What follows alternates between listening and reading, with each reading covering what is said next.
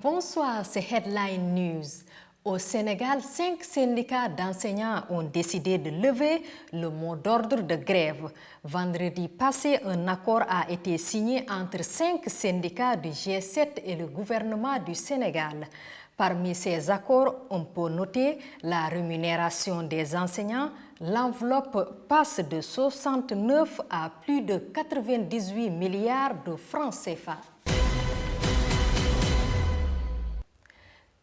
L'Union nationale des commerçants et industriels du Sénégal, UNACOIS Yessal, à travers un communiqué, a salué la décision de l'État pour le renoncement d'impôts et taxes d'une valeur de 50 milliards de francs CFA. L'UNACOIS Yessal demande à tous les commerçants du Sénégal, plus précisément à ses membres et sympathisants, d'appliquer l'effectivité concrète des nouveaux prix sur l'étendue du territoire national. Pour rappel, le chef de l'État avait annoncé la baisse des prix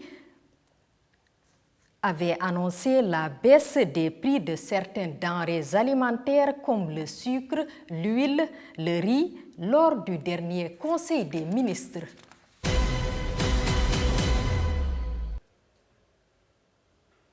Lors d'une visite sur une base militaire au Tchad pour déployer de nouveaux équipements, le commandant de la force Barkhane, le général Laurent Michon, a parlé de la réorganisation de la force dans d'autres pays et possibilités futures. Les détails avec Dili Diko. Après avoir annoncé la semaine dernière le désengagement des quelques 2400 militaires déployés au Mali sur un total de 4600 au Sahel, la France rappelle son intention de se retirer progressivement. Nous sommes en train de préparer, en coordination avec l'armée malienne, la façon dont nous allons nous replier en quittant Gossi, Ménaka et Gao, qui sont les 3 emprises sur lesquelles nous sommes installés. Et de la même façon que nous l'avions fait à Tessalit ou Kidal, nous le ferons en bon ordre avec l'armée malienne.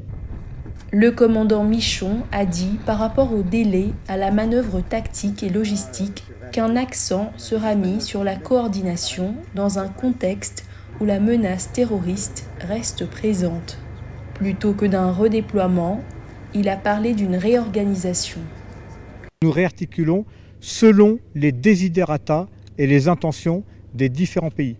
Ce n'est pas vraiment un redéploiement, c'est-à-dire qu'on ne compte pas du tout remettre le dispositif actuellement au Mali ailleurs. Ce n'est pas du tout ça l'esprit. C'est que ce soit au Niger, au Tchad ou dans d'autres pays, au regard de la menace terroriste qui descend vers le golfe de Guinée, qui est un constat partagé par tout le monde, quel est l'appui, la coopération souhaitée par tel ou tel pays. À la question de savoir si la France envisagerait un retour au Mali, le commandant Michon a répondu que c'est une décision politique prise en fonction de la situation.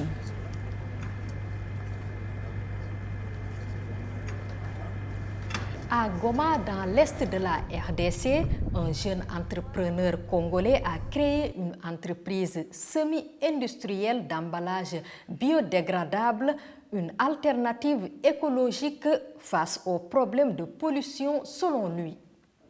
Nous allons rechercher tous ces déchets de telle sorte que nous allons voir comment débuter déjà la phase de transformation en passant d'abord par le tri. Jérémy Kazengoufou réunit ses employés pour leur donner un défi du jour qu'ils doivent relever ensemble. Ces défis consistent à chercher des déchets de papier et des cartons qui jonchent les rues, mais qui constituent pour cette entreprise des joyaux précieux dans la fabrication d'emballages biodégradables. Ces déchets sont broyés, la pâte est ensuite pressée et produit du papier qui est mis sur cette bobine et la machine découpe les emballages. C'est une proposition au problème des pollutions de l'environnement à travers la fabrication des emballages biodégradables. Vous verrez que nous avons un sérieux problème qui alédisse l'image de la ville de Goma et principalement ce problème est dit par rapport aux emballages plastiques que nous utilisons au quotidien. Donc notre projet vient dans le cadre d'apporter une solution au problème que ces sachets-là nous causent. En plus d'être une solution au problème environnemental, Cette entreprise est une réponse au problème du chômage parmi les jeunes Congolais. Bien qu'elle n'ait pas encore beaucoup d'argent, l'entreprise emploie des jeunes dizaines de jeunes, comme Roland, qui peuvent facilement se prendre en charge. Ce travail est très important pour moi. Depuis que j'ai commencé à travailler, je peux facilement subvenir à mes besoins, comme prendre soin de mes parents, de ma femme et mon enfant. Les peu que je gagne m'aident à payer mon loyer et à couvrir d'autres dépenses. L'entreprise tente d'asseoir sa notoriété, mais elle a encore du mal à le faire à cause de la prolifération des sacs plastiques qui sont généralement commercialisés. Cet habitant de la ville de Goma, qui n'utilise que des emballages biodégradables, suggère que les autorités s'impliquent pour mettre fin à l'utilisation des sacs plastiques pour un environnement sain. L'emballage, c'est un emballage éco-bien. Les emballages biodégradables nous aident à protéger l'environnement et ils gardent l'environnement sain. Les autorités doivent promouvoir les entrepreneurs qui fabriquent les emballages biodégradables, mais aussi interdire l'utilisation des emballages plastiques pour que nous puissions avoir un environnement non pollué.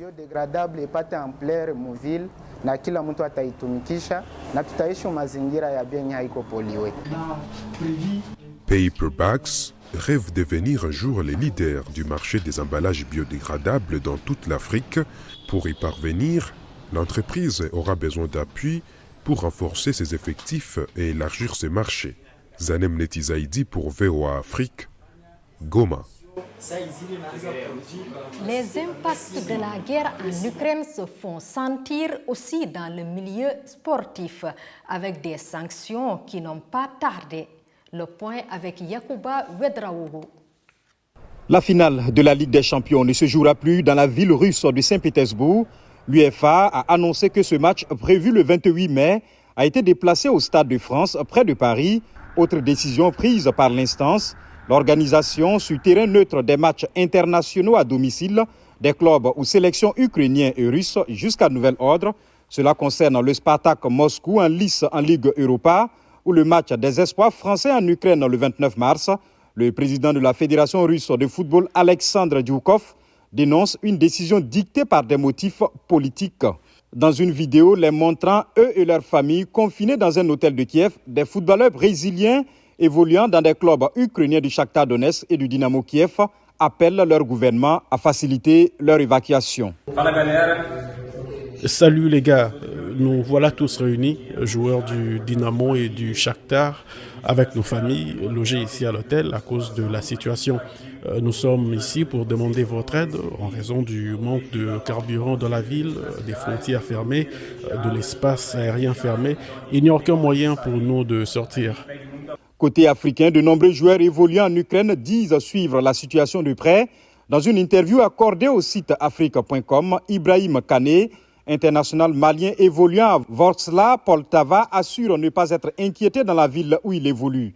Pour les joueurs ukrainiens évoluant hors de leur pays, l'inquiétude demeure permanente. C'est le cas du gardien de but ukrainien du Real Madrid, Andriy Lunin, inquiet selon son entraîneur Carlo Ancelotti. Il est clair qu'il n'a pas l'esprit qu'il avait avant. Il est inquiet parce qu'il a des gens proches de lui à Kiev. Il y a sa mère, ses amis. C'est normal qu'il soit inquiet. Et cela affecte son esprit, évidemment. En dehors de cela, je pense que l'entraînement l'aide à ne pas penser à cela. De son côté, le club anglais de Manchester United dit avoir révoqué son contrat de sponsoring avec la compagnie aérienne russe Aeroflot. Idem pour la formation allemande de Schalke, qui a décidé de retirer de ses maillots son sponsor officiel russe, Gazprom. Le Grand Prix de Russie de Formule 1, prévu le 25 septembre à Sotchi, a été annulé. Le Comité international olympique a exhorté toutes les fédérations sportives internationales à annuler ou à délocaliser tout événement prévu en Russie ou au Bélarus. Chaque année, Madagascar, l'un des pays les plus pauvres au monde, doit faire face à des catastrophes naturelles causant parfois d'énormes dégâts. Mercredi soir, c'est un puissant cyclone qui a semé la destruction dans la région. Gabi Dorsil, ce qui s'est passé à Antananarivo. Des eaux déchaînées, des rafales dangereuses, des routes coupées par les débris, les effets du cyclone Emnati, le deuxième à frapper Madagascar en quelques semaines, sont visibles ce jeudi. Le cyclone a causé d'énormes dégâts. Tout est détruit dans notre quartier, maisons, arbres, clôtures.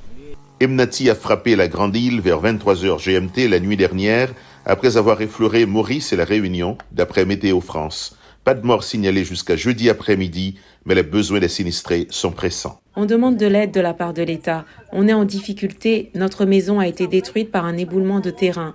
On n'a nulle part pour se loger. Toutes les fournitures scolaires de nos enfants ont été mouillées dedans, alors que mon enfant est en classe d'examen. Le 5 février dernier, un autre cyclone, Batsirai, a fait 121 morts et affecté 270 000 habitants sur l'île, quelques jours après que la tempête tropicale Anna a déplacé 21 000 personnes. Headline News, c'est fini. Merci de nous avoir suivis. Restez sur BNews International. L'info y est continue. La suite de nos programmes, c'est dans un instant. Bonsoir.